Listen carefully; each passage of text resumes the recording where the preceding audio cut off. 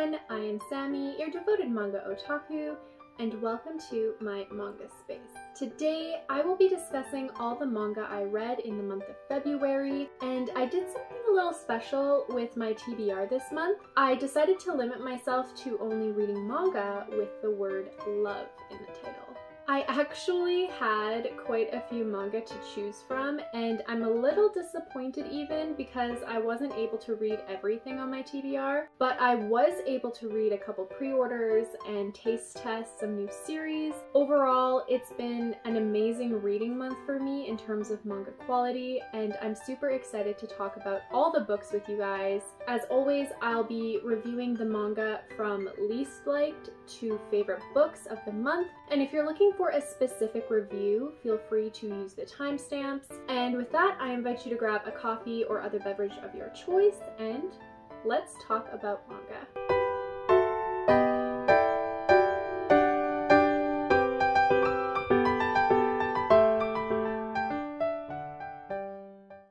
The first manga I'm going to be talking about today is volume 3 of the Viz Media publication Yakuza Lover by Nozomi Mino. I was worried going into this volume because I'd seen parts of the manga community drop this series after reading this installment, and now that I've read it, I can see why people might have come to that decision. For those unaware, this josei series follows a young college student named Yuri and a Yakuza underboss named Oya. They both fall head over heels in love with each other, with Oya struggling to spend what little time he has with Yuri while also keeping her safe. The first couple volumes of this series were okay.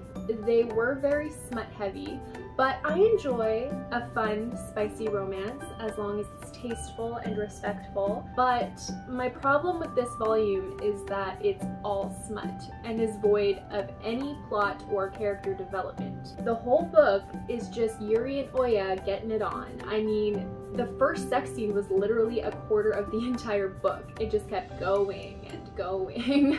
And I mean, the spicy scenes aren't necessarily bad, but sometimes the characters' dialogue and inner thoughts are just really cringy. Also, this might be a little bit spoilery, but at the end of the volume, there was this weird scenario where Yuri and Oya cover each other in hickeys to the point that they looked physically ill, like they had the measles. Maybe that does it for some people, but I did not find this sexy in the slightest. The rare moments in the manga where the leads aren't having sex and they are just doing cute couple things together are actually really sweet. I like watching Oya dote on Yuri, spoiling her rotten and treating her like a princess. I think that their feelings for each other are genuine and the relationship can be really endearing, but then the cringy, overdone sex scenes and lack of romantic development ruin some of that. Also, I find it unintentionally amusing at times. Like, I laugh at things I probably shouldn't be laughing at, or things that aren't supposed to be funny, but it's just super ridiculous sometimes, and I can't help myself. If you're looking for a romance manga with a lot of substance, I don't think this will be for you. If you like trashy, guilty pleasures with hot sex scenes and beautiful art, you might want to try this one out. Personally, I'm going to try one more volume and see if it improves. I'm giving this volume 3 stars and hope that there's more story and less smut in the next installment. I accidentally just hit my tripod with my foot, so if things look a little bit different, that's why. Next up, I was able to read volumes 1 through 6 of the Enemies to Lover romance series, Love of Kill by Fee. I went into this series knowing basically nothing. I knew that it had a fairly good reputation on Instagram, but that was about it. After reading the first 6 volumes, I can confirm that it deserves the praise it receives. This is a really enjoyable series with awesome action scenes and an intricate mystery plot. The story centers around a bounty hunter named Chateau, whose life has been turned upside down after crossing paths with a rogue assassin named Ryan Ha. After killing Chateau's intended target, the seemingly mellow Ryan Ha becomes utterly smitten by Chateau and continues to kill and maim her targets in the hopes that she'll notice him. This has been a really interesting series thus far, and this game of cat and mouse between Chateau and Ryan Ha has been super duper cute and entertaining. I will admit Ryan Ha comes off as a bit of an obsessive stalker at times, but overall I find his character super attractive. Also, he's a formidable assassin. Knowing where someone is at all times is just part of his skill set, right? Initially, I felt like the story started off quite slow, with the narrative being hard to follow sometimes. However, things are presented more clearly once the series starts picking up momentum. By about volume 3, I was completely invested in both the characters and the multiple mysteries surrounding them. Also, the story gets better with every volume. Volume 6 is hands down the best installment of this series so far. I'm really enjoying the story progression, and I love watching everyone's backstories and secrets unravel. I'll admit, it took me a little while to warm up to Chateau. She's stoic, standoffish, and quiet, which isn't a bad thing, but compared to Ryan Ha, she seemed kind of boring. She does open up eventually though, and she becomes way more relatable later in the series. Another critique I have of Chateau's character is that she suffers from damsel in distress syndrome. Not because she isn't capable of being a badass. I truly believe she's capable of taking care of herself, but whenever she does something cool, Ryan Ha kind of steals the limelight. He's better than her at a lot of things, so she's always being one-upped by him, and I feel like we never get to see her skills in action. Now, in the last couple volumes, she does accomplish some really cool things, but I'm hoping she'll get her big moment to shine at some point. As for the male lead, Ryan Ha, he's definitely my favorite character. He's a mysterious and notorious assassin with an impressive skill set and infamous reputation for single-handedly taking down the Hong Kong triads in a single night. But despite being this cold-blooded killer, Ryan Ha has a very smiley and playful personality. It's super entertaining to watch him switch from a smooth, murderous killing machine to a cute and lovey-dovey guy who'd do anything to win Chateau's favor. Now, I do have some criticisms of this series. There are a lot of characters that pop up throughout the story whose motives are usually unclear and their connection to the plot is usually pretty vague. I understand that this manga is shrouded in mystery, but I wish readers got a little more information. Also, I feel like the characters heal way too fast from seemingly life-threatening injuries. Lastly, I think the character Indian guy should have a name. Now, I know there's a whole story as to why the Indian character is nicknamed Indian Guy, but it just doesn't sit right with me, and I'd rather just call him by his name. I think he has a name in the anime, so I'm not sure why he can't have a name in the manga. Overall, I'm giving this series 4 stars. I think the art is fairly well done, the gore and fighting scenes are awesome, and I'm very invested in finding out the truth about everything. Also, I'm holding out that our main leads will fall in love with each other at some point. I really want to see more romance in future volumes. Up next, I need to talk about volume 1 of the classic shoujo series, Pretty Guardian Sailor Moon, the Eternal Edition by Naoko Takeuchi. Now, I know this manga doesn't have love in the title, but reading goals are exempt from TBR rules. And also Sailor Moon fights for love and justice, so I think it's still appropriate. Last month, I had a lot of fun reading the first volume of Sailor V, and now I'm continuing my Sailor Moon journey with this volume. I had hoped that my second volume of Sailor V would have been delivered by now, but I'll just keep reading the OG series until that volume comes in from Right Stuf. Now, the basic storyline of Sailor Moon centers around a 14-year-old middle school student named Usagi. After an odd encounter with a talking black cat, Usagi is informed that she is Sailor Moon, the legendary guardian of love and justice. Her mission? To uncover and assemble the remaining Sailor Guardians in order to find the missing Moon Princess, as well as the mystical silver crystal before they both fall into the hands of evil.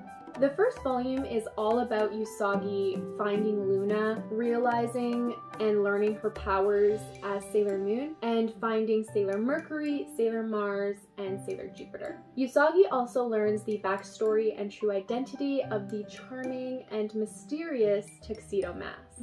I watched the dubbed 90s anime when I was a kid, so I recognized some of the plot points, but there were some things that really surprised me. I wasn't expecting the story to be this fast-paced. I realized that a lot of older anime is plagued with filler, but we've almost met all the inner scouts already, and the relationship between Sailor Moon and Tuxedo Mask is really ramping up. I didn't expect to see Queen Beryl's backstory. That could have been in the anime and I just don't remember, but I thought that was pretty neat.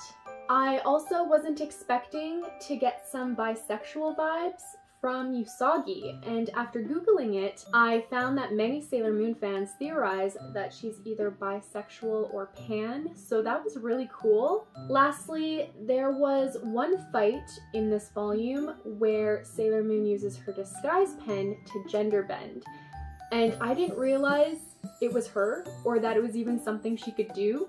Sailor Moon actually has a lot of cool powers and accessories that I didn't even know existed. The characters are pretty much the same from what I remember, except Usagi. She's definitely less annoying in the manga than in the anime. She's still as much of an underachiever as I remember. She dislikes sports and school and instead enjoys eating, sleeping, and playing video games, but that just makes her really relatable, honestly. I found it funny that we don't actually know what the Guardians are supposed to do until both Mercury and Mars join the team, because Usagi never cares to ask Luna, but once the other girls start asking questions, that's when we get some answers about what the Guardians are actually supposed to be doing. However, by the end of this volume, I do feel like Sailor Moon is beginning to mature. She's starting to recognize her responsibilities and understands the consequences of what could happen if she fails. Now, you guys are probably tired of hearing me say this, but I have to say it every time I talk about these Eternal editions. These books are gorgeous. Kodansha did a wonderful job with these editions. The colored images, the quality of the paper and the translations, it's all very stunning and a must-have for Sailor Moon fans and collectors. I'm just gonna go through and show you guys a couple of the colored pages because they are so pretty, like stunning, gorgeous. Like, these are so beautiful. Definitely worth the price tag, if you ask me. Lastly, I want to mention how impressed I was with the translation notes. You can really tell that the translators were passionate about this project. I loved hearing their explanations behind certain translations, and it's a gold mine for Sailor Moon fun facts and lore, but it also includes some not so fun facts like the explanation of computer discs and VHS rental places. That made me feel very old. In conclusion, reading this was very nostalgic. The illustrations are beautiful and the story is an absolute classic. Some parts didn't age well and it was a little cheesy at times, but this series was groundbreaking in its prime and it paved the way for the magical girl genre. I'm giving this volume 4 stars, and I'm really looking forward to reading the next one. Lastly, I just have to add that whenever Mamoru calls Usagi Bunhead, I will never not hear Meatball Head. Meatball Head? Of course! That's the perfect name for her, Meatball Head! The rest of the books that I'm reviewing in this wrap-up are all 5-star reads, and I'm very excited to share my thoughts and recommendations with you guys. The first 5-star book that I want to talk about is another manga that doesn't have love in the title, and that's volume 8 of the vertical series Blood on the Tracks by Shuzo Oshimi. I know, shame on me for breaking my own TBR rule, but it's not my fault. It was fate. Indigo actually shipped this manga to me almost a week and a half before its release date. I couldn't just pass up the opportunity to read this manga early. I almost never get manga before their release dates. If you for some reason haven't started reading Blood on the Tracks, which you should rectify soon, since it's a masterpiece. Blood on the Tracks is an ongoing psychological horror following a boy with an extremely overprotective mother. I was completely absorbed by this volume. I couldn't put it down. I think I read it in like 15 minutes. Some really big things happen in this installment, and I'm very curious to see where the story is going to go from this point. The art continues to be very powerful and horrifying, and the story continues to highlight the possible dangers of untreated mental illness. The next series that I want to talk about is volumes 1 and 2 of the ongoing series, My Love Mix-Up by Wataru, Hinekure, and art by Aruko. This lighthearted rom-com follows a high school boy named Ayoki, and he's secretly in love with Hashimoto, the sweet and angelic girl that sits next to him in class. One day, he borrows her eraser and sees that she's written the name Ida on it with a little heart. Heartbroken at this revelation, Ayoki drops the eraser, and lo and behold, Ida happens to see his name on it and mistakenly assumes that Ayoki has a crush on him. I just have one thing to say about this Viz Media series. Everyone needs to read it. I have to be a little vague with my review because there are so many surprises and twists in the story, but I thought this manga was so funny, so adorable, and just super duper sweet. I'm not usually a fan of storylines that feature or rely on miscommunication and mix-ups to set up the plot, but this manga does a wonderful job of handling these jumbled situations. The misunderstandings lead to really heartfelt moments, and the characters end up learning things about themselves and about each other. I never felt stressed or annoyed while reading all the shenanigans. They were funny and entertaining without being super dramatic. Also, the twist at the end of volume 1 caught me completely off guard. I audibly gasped because I was so shocked, and then I immediately binged volume 2. Another thing that surprised me while reading this was the bisexual representation. It's refreshing to see a bisexual character because it isn't something I often see explored in manga, especially from a male character. Speaking of characters, I found them all very likable and charming. The main protagonists are genuine and kind, and I love watching them interact with each other. It's just delightful. Additionally, the friendship dynamics in this series are really special, and I feel like the narrative emphasizes the importance of those relationships. I think the art is really cute. It's silly sometimes, but it adds to the humor and conveys the characters' emotions perfectly. Also, I appreciate all of the characters looking different, especially Ida's design. I think he's very handsome. Overall, I found this manga to be extremely cute and enjoyable so far. I laughed so many times at all of the mix-ups and consequences. Just a really fun story with sincere characters. I have no idea what kind of direction this manga is going to take, but I've already pre-ordered the next volume and I look forward forward to the journey. And then we have another amazing shoujo series, and that's volumes 1 and 2 of the quirky romance Lovesick Ellie by Fujimomo. The premise of this kodansha manga is absolutely hilarious.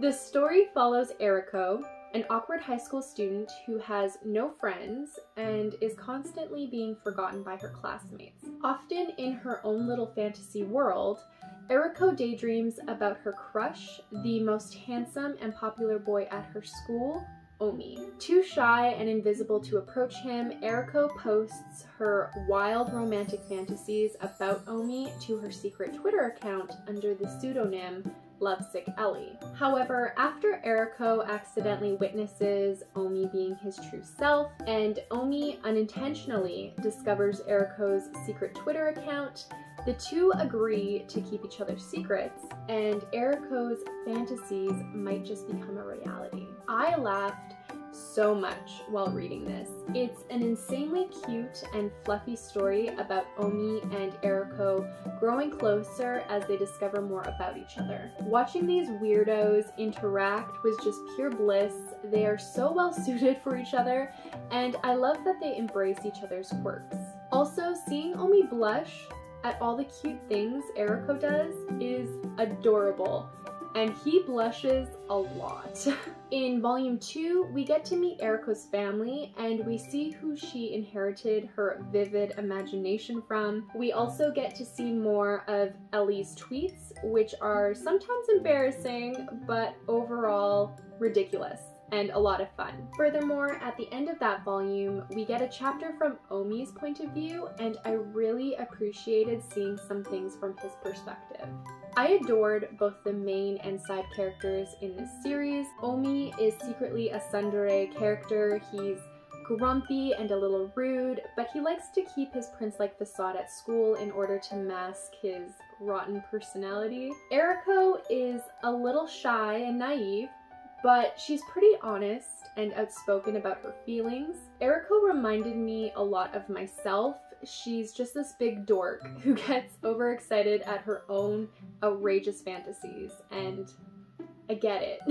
Before I wrap things up, I wanted to mention that the art in this series is spectacular. It's super pretty and pairs well with the characters and the story. I love Ellie's facial expressions when she's being a perv. They're hilarious. If you're interested in reading a shoujo manga with some unique twists to the characters, you might enjoy this one. It's hilarious, relatable, and I've already pre-ordered volume 3. The last manga that I need to talk about in this wrap-up is one that I haven't even hauled yet. I just got it in the mail a couple days ago, and I really wanted to read it for February, and that's volume 1 of the romance series Hinekure, Now I'm in Love by Ayuko Hatta. I had no idea what to expect with this manga. I bought it solely because of this boy on the cover, and after reading it, I regret nothing. The narrative of this Viz Media series follows a young high school girl named Mizusawa, who develops a crush on a boy named Yagu after he saves her from a pervert on the train. Because Mizusawa missed out on confessing to a boy she liked in middle school, she ends up blurting her feelings out to Yagu, and to her surprise, he accepts them, and they start dating. At first glance, the storyline sounds really standard for shoujo, but I really love how simple it is. There isn't some weird or dramatic reason why Yagu and Mizusawa start dating. Their relationship isn't fueled by misunderstandings or miscommunication.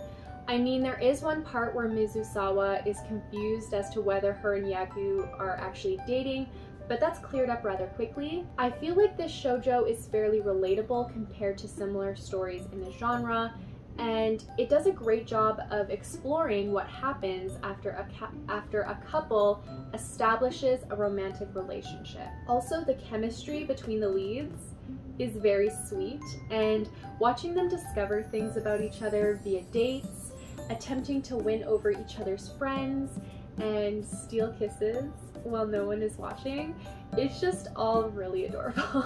As for the characters, I thought there was a lot of depth to both the main protagonists. Mizusawa isn't a typical shoujo heroine in a lot of ways. She's naive, shy, and occasionally reckless, but she isn't a pushover, and she'll ask questions if she's unsure about something. Yagu is very laid back, he's blunt, and insists that Mizusawa speak her mind and be honest with him, which makes me believe that miscommunication isn't going to run rampant in this series. Furthermore, I like that Yagu saving Mizusawa from the pervert on the train wasn't a big deal to him. He didn't expect anything from her. He's just the type of person that would help anyone in that situation, and I find that very admirable. Before concluding, I wanted to mention that I really love the art in this volume, and I appreciate that Hatta sensei gives each character a distinct look. I really like Yagu's design and hairstyle. He comes off as a little bit of a bad boy slightly, and I love it. Overall, it's just very fluffy and cute and matches the story perfectly. If you enjoy romance series or stories with leads that aren't afraid to kiss or aren't afraid to ask questions and be straightforward and forthcoming with each other, I'd recommend you check this one out. And with that, we have come to the end of my February wrap-up. I'd love to know what you guys have been reading lately, so let me know in the comment section below. If you're interested in watching more videos from me, you can check out my end card where I'll have links to my most recent videos. I hope you all have a manga-nificent day, and I'll see you in my next video. Bye!